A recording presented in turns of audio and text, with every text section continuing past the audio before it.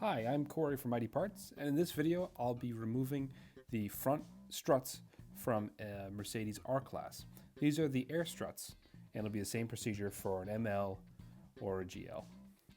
On the R-Class there's a unique brace that goes between the two front struts. You'll need to remove that first.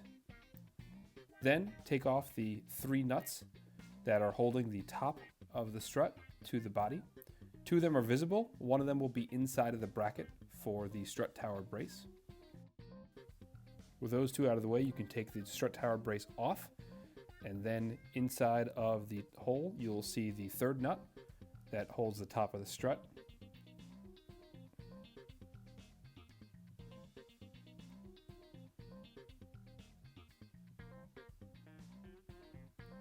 With the three nuts off, you can remove the top bracket. Be careful not to rip out the airline.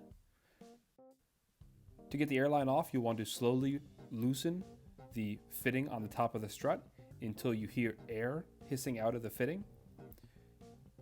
You want to let the air come out slowly. That way the nut and the fitting don't go flying.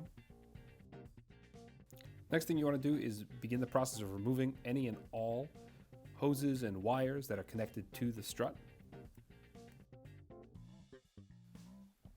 They all have different sorts of securing mechanisms. This one for the brake cables needs to be unclipped before it can be removed. Don't forget the fittings that are on the inside of the wheel well. Those will need to come off too.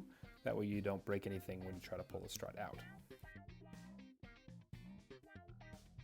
There is one wire you will actually need to unplug, and that's for the adjustable ride control. To get this plug out, you'll need to first slide it off the bracket. It'll be a little hard, so wiggle it a little bit. Squeeze the end piece and then separate the two halves of the connector.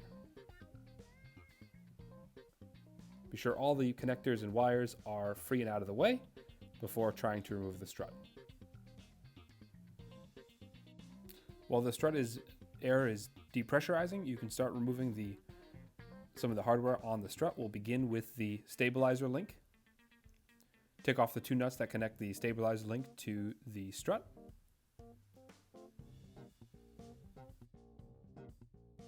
Now we can remove the upper control arm nut, loosen the nut and take it off, and you'll probably need to get a set of like a ball joint remover to push the upper control arm out of the knuckle. Be sure that all the air has come out of the air strut before going on to the next step. Before we can get the strut out, we'll need to remove the upper control arm. There are two bolts that hold the upper control arm in on the sides of the strut. They're fairly hard to get to. You'll need to disassemble both behind and in front of the strut. One of the bolts is located underneath the brake reservoir, and then the other nut is actually located underneath the ECU behind the mounting cage. You'll need to counterhold the nuts while you try to remove the bolts from the inside. Next, you'll want to support the knuckle assembly with a jack. Next step is we'll remove the bottom bolt and nut, securing the bottom of the strut to the lower control arm. Now you can go ahead and remove the strut.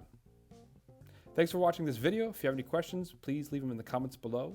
Remember to subscribe to the channel, and if it was helpful, give me a like. Take care.